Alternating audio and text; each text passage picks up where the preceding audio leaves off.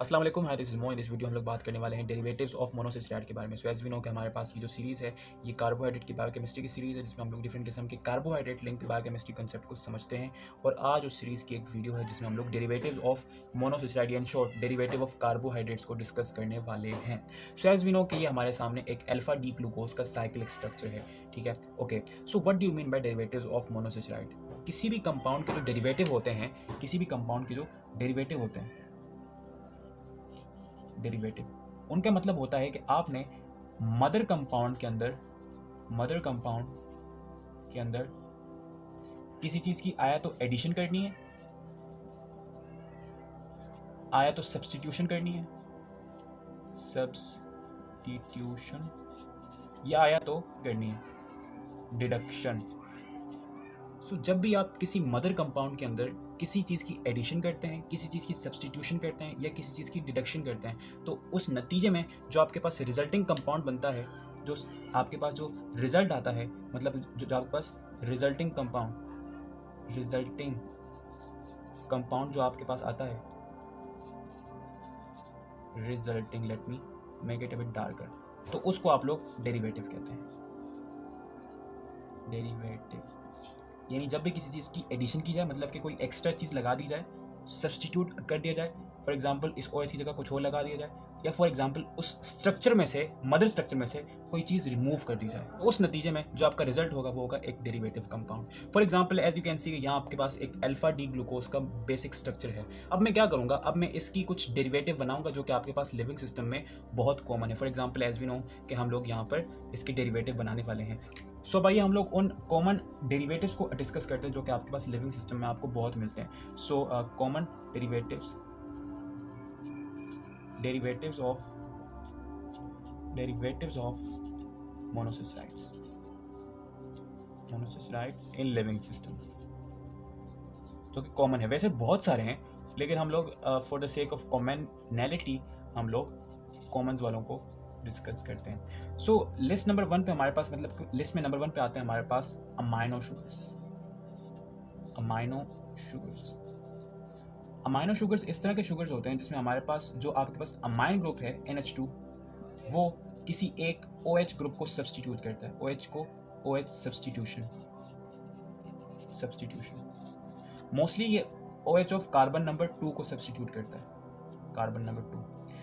असल में ये जो अमाइन है, ये जो अमोनियन शॉट आप कह सकते हैं, ये आगे रिएक्ट करता है एनोमेरिक कार्बन के ऊपर। बट आपको पता है कि एनोमेरिक कार्बन को एनोमेरिसिटी मेंटेन रखनी है, तो उसके लिए ये जो आपके पास अमाइन है, ये कार्बन नंबर 1 यानी एनोमेरिक कार्बन से कार्बन नंबर 2 पे शिफ्ट कर जाता है। सो होता कुछ यूं है कि आपके पास अमाइन ग्रुप, जब आपके पास कार्बन नंबर 2 के OH की जगह, मतलब कि इस जगह पे अगर आप अमाइन ग्रुप अटैच करते हैं, amine means NH2, so this structure is known as amino sugar. अच्छा, ये क्या था बेसिकली? It was the glucose. So now it is amined, so it will be glucose amine, it will be glucose amine. इस तरह से आपके पास galactose amine भी होते हैं, गैलेक्टोज अमाइन। इस तरह से आपके पास मेनोज अमाइन भी होते हैं, मेनोज अमाइन। अगर आप इसको कंप्लीट लिखना चाहते हैं तो यू कैन राइट दैट कि alpha D glucose amine, right? So this is how your amine sugars look like. Some time ये जो अमाइन शुगर होते हैं ये एसाइलेटेड होते हैं, सम टाइम क्या होते हैं, they are acylated. This is how they are acylated, मतलब कि इनके साथ एक एसीटोन ग्रुप लगा होता है, acylated.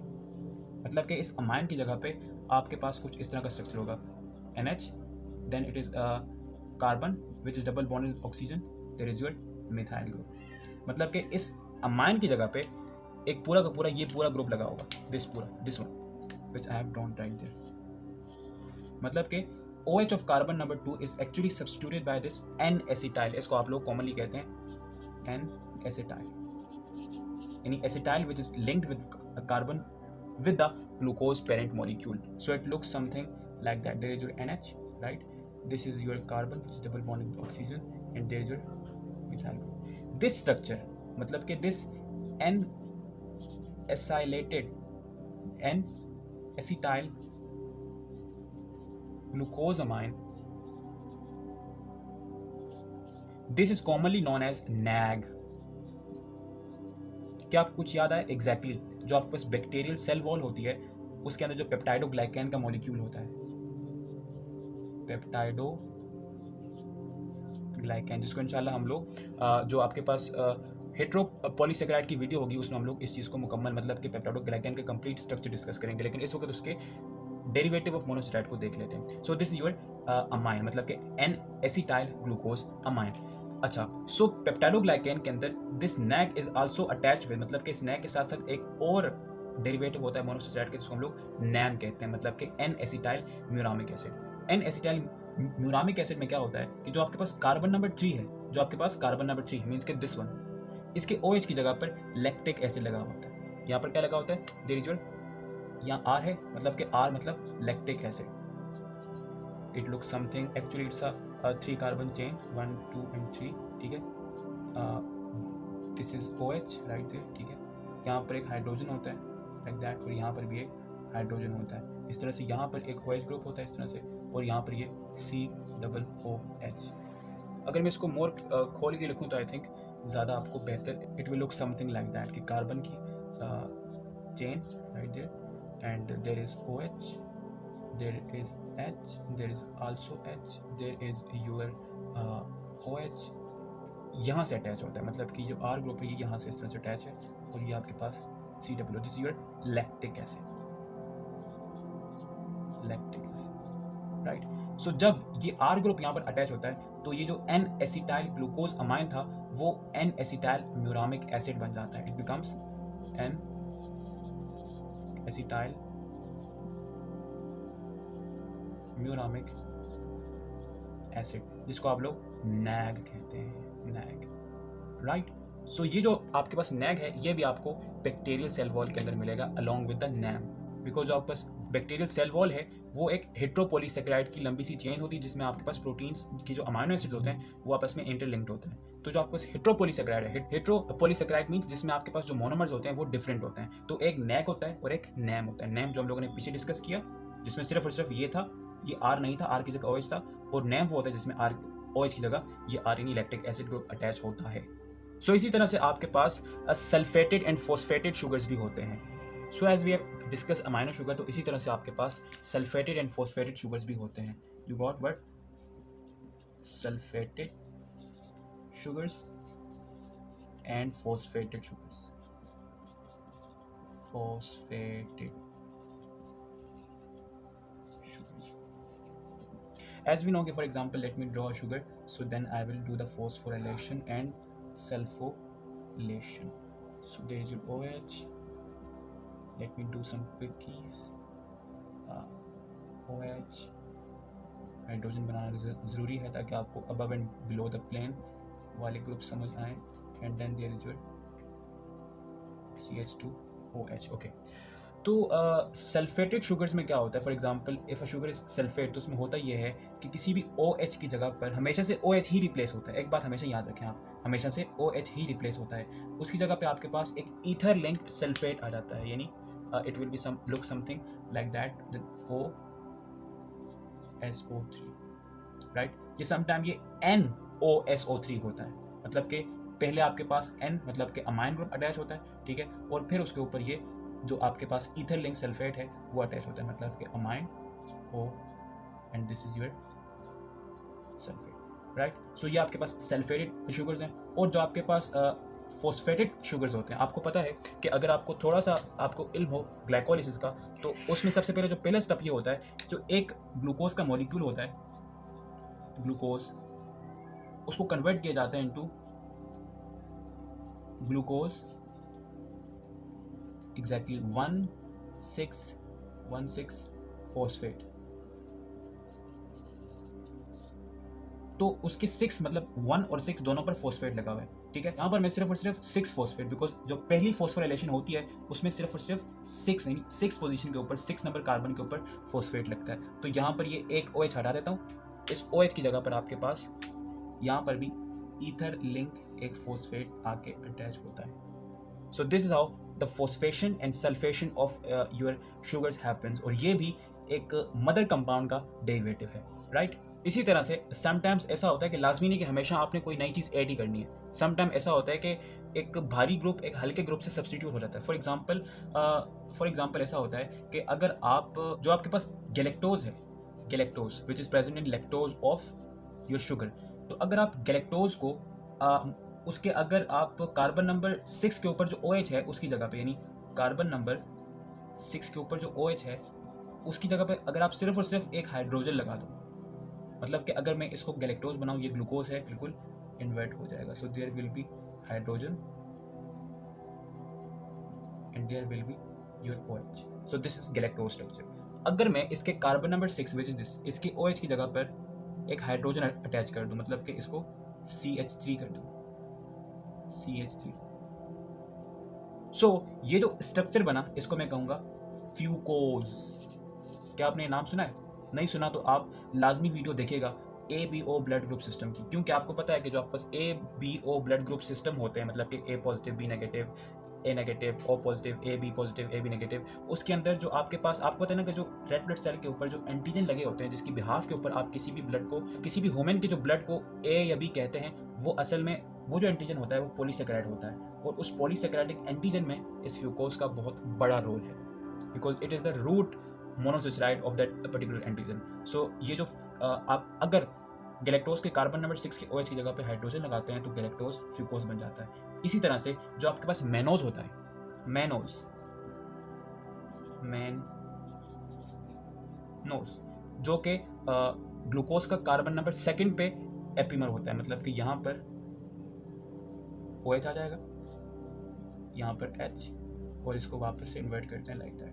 This is your mannose.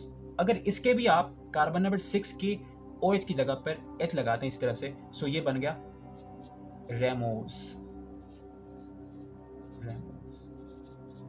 जिसका भी लिविंग सिस्टम में एक बहुत इंपॉर्टेंट रोल है। So this is how you can make a derivative substance by just removing OH and just adding H। लाजमी नहीं कि हमेशा से आपने कोई बहुत ही इलेक्ट्रोनेगेटिव ग्रुप ला के अटैच करना, आप सिंपल हाइड्रोजन से भी सब्स्टिट्यूट करके डेरिवेटिव बना सकते हैं। मैंने क्या कहा, derivative is a structure which comes from the mother structure, जब आप उसमें कोई चीज़ ऐड करते हैं, सब्स्टिट्यूट करते हैं, या उससे कोई चीज़ डिड्यूस करते हैं या फिर रिमूव कर देते हैं। सो जो नया कंपाउंड बनता है वो आपका डेरिवेटिव होता है। सो भाई ये बात करते हैं ओनिक एसिड के बारे में और यूरोनिक एसिड के बारे में। So now let us discuss uronic acid and then let us discuss onic acid. So जब कभी भी आप किसी भी हेक्सोज शुगर की या किसी भी शुगर की, टिपिकली यहाँ पर हम लोग हेक्सोज की बात कर रहे हैं, हेक्सोज शुगर का जो टर्मिनल कार्बन होता है, terminal carbon in this case which is this 6 1, मैं यहाँ पर इसको 6 से शो कर रहा हूँ, ठीक है। जब आप उसको ऑक्सीडाइज करते हैं, उसको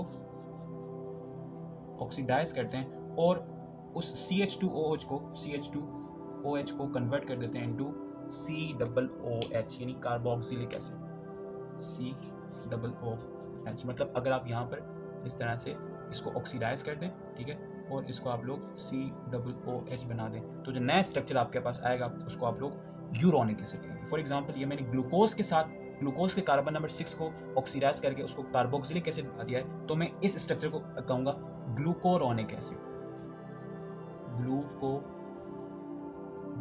ग्लूकोरोनिक एसिड।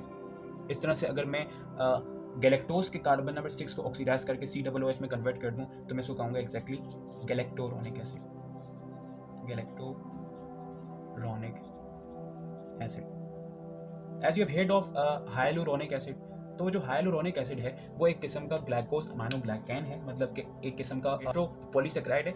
उस हेटेरोपॉलीसेकेराइड के एक मोनोसेकेराइड के अंदर, यानी उसके एक मोनोमर जो है वो आपके पास ग्लूकोज यूरोनिक एसिड होता है, यानी ग्लूकोरोनिक एसिड होता है, मतलब कि this is the monomer of hyaluronic acid, the famous hyaluronic acid, जिसके ऊपर अक्सर क्वेश्चन भी बनते हैं और वो बहुत इंपॉर्टेंस रखता है, जिसको हम लोग इंशाल्लाह इन द पॉलीसेकेराइड वीडियो हम लोग उसको डिस्कस करेंगे। सो भाई ये बात करते हैं ओनिक एसिड के बारे में। ओनिक एसिड तब बनता है जब आप जो है वो हेक्सोज शुगर की, जो आपके पास कार्बन नंबर 1 होता है which is the carbonyl carbon, मतलब आप हेक्सोज शुगर की या किसी भी शुगर की, मैं यहाँ पर शुगर लिख देता हूँ, सिर्फ शुगर की जो आपके पास कार्बोनाइल कार्बन होता है,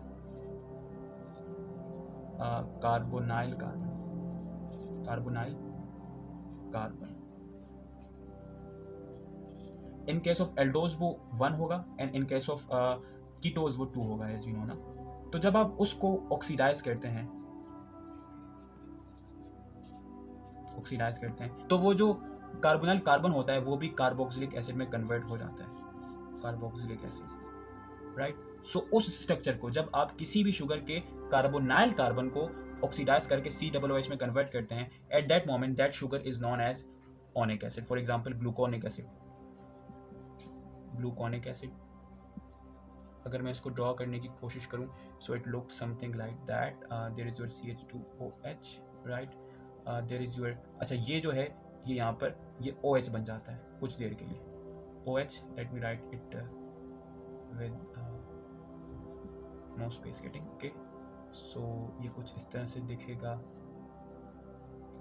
यहाँ आपके पास OH, right, above the plane OH, there is below the plane OH, और ये जो है ये आपके पास double bond oxygen and negative. Let me made it with a different colour ताकि आपको एज्यूम होने में आसानी हो।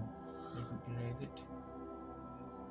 तो ये जो कार्बन था, दिस वन, ये आपके पास जो है वो ऑक्सीडाइज हो गया और कन्वर्ट हो गया इनटू कार्बोक्सिलिक कार्बन। अच्छा ये नेगेटिव क्यों है? अच्छा ये भी जो है अगर मैं इसको भी अगर इलेबोरेटली बनाऊं at pH 7, at physiological pH 7, तो ये जो है it also look something like that. There is your oxygen. अच्छा यहाँ पर ये H लगा होता है, लेकिन आपको पता है pH 7 के ऊपर जो आपके पास कार्बोक्सिलिक एसिड है वो आपके पास अपना एक प्रोटॉन लूज कर देता है, ठीक है। और जब वो लूज करता है तो आपको पता है वो एसिड है ना, तो एट pH 7 अगर उसका pH 7 से कम होता है तो it will lose its proton as you discuss in the water chapter. तो that's why at physiological pH ये जो आपके पास यूरोनिक एसिड्स होते हैं और आपके पास ओनिक एसिड होते हैं, ये आपके पास आयोनाइज्ड फॉर्म में एग्जिस्ट करते हैं। दैट्स व्हाई हम लोग एट 7 pH इस ग्लूकोनिक एसिड को हम लोग कहेंगे ग्लूकोरुनेट। हम लोग क्या कहेंगे? ग्लूकोरुनेट। और इस ग्लूकोनिक एसिड को ग्लूकोनेट। Gluconate why? बिकॉज ये जो है ये आयोनाइज्ड फॉर्म में एग्जिस्ट कर रहा है। अच्छा तो यहाँ पर ये जो आप स्ट्रक्चर देख रहे हैं ग्लूकोनिक एसिड का, ये थोड़ा सा अनस्टेबल है। व्हाई? बिकॉज यहाँ पर आप देख सकते हैं कि आपके पास जो कार्बोनाइल कार्बन था उसका कार्बोनाइल भी ओपन है, रिएक्टिव, और ऑक्सीजन ने अपना एक प्रोटॉन भी लूज कर दिया, एक्स्ट्रा रिएक्टिव। तो ये बहुत रिएक्टिव, ये असल में ये जो है ये सब्सटेंस पूरा का पूरा, मतलब कि ये जो कार्बोक्सिलिक एसिड है यहाँ पर ये रिएक्ट करता है इसी साथ वाले H के साथ, मतलब कि इस H के साथ, और ये इंट्रामोलिक्यूलर कीटोन बना देते हैं which look something like that. There is your CH2OH मैं पूरा अगर बना सकूं, so there is your oxygen. Ketones बनाते हैं बट देयर इज योर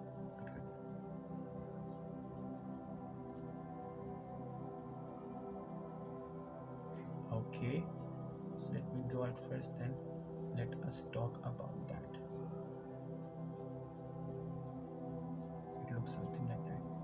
इस स्ट्रक्चर को जो कब बना, जब आपके पास ग्लूकोनिक एसिड के अंदर जो आपके पास ग्लूकोनेट था, मतलब जो आपके पास कार्बोक्सिलिक एसिड था जिसमें प्रोटॉन लूज हो गया था, उसने रिएक्ट किया with the OH group, so ताकि वो अपने आप को स्टेबलाइज कर सके। This structure is known as basically लैक्टोन्स।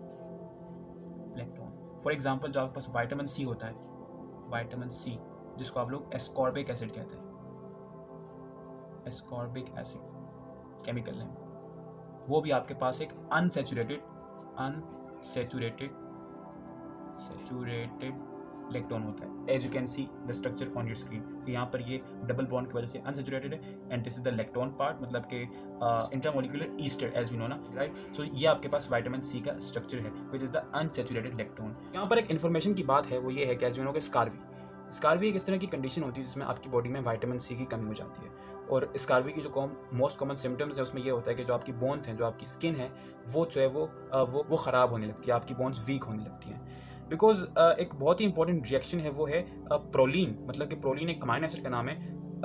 ये जो विटामिन C है ये उसको हाइड्रोक्सी प्रोलीन में कन्वर्ट करने में मदद करता है, मतलब कि ये जो proline to hydroxyproline conversion का जो रिएक्शन है, it is catalysed by an enzyme जिसका को एंजाइम आपके पास विटामिन C है।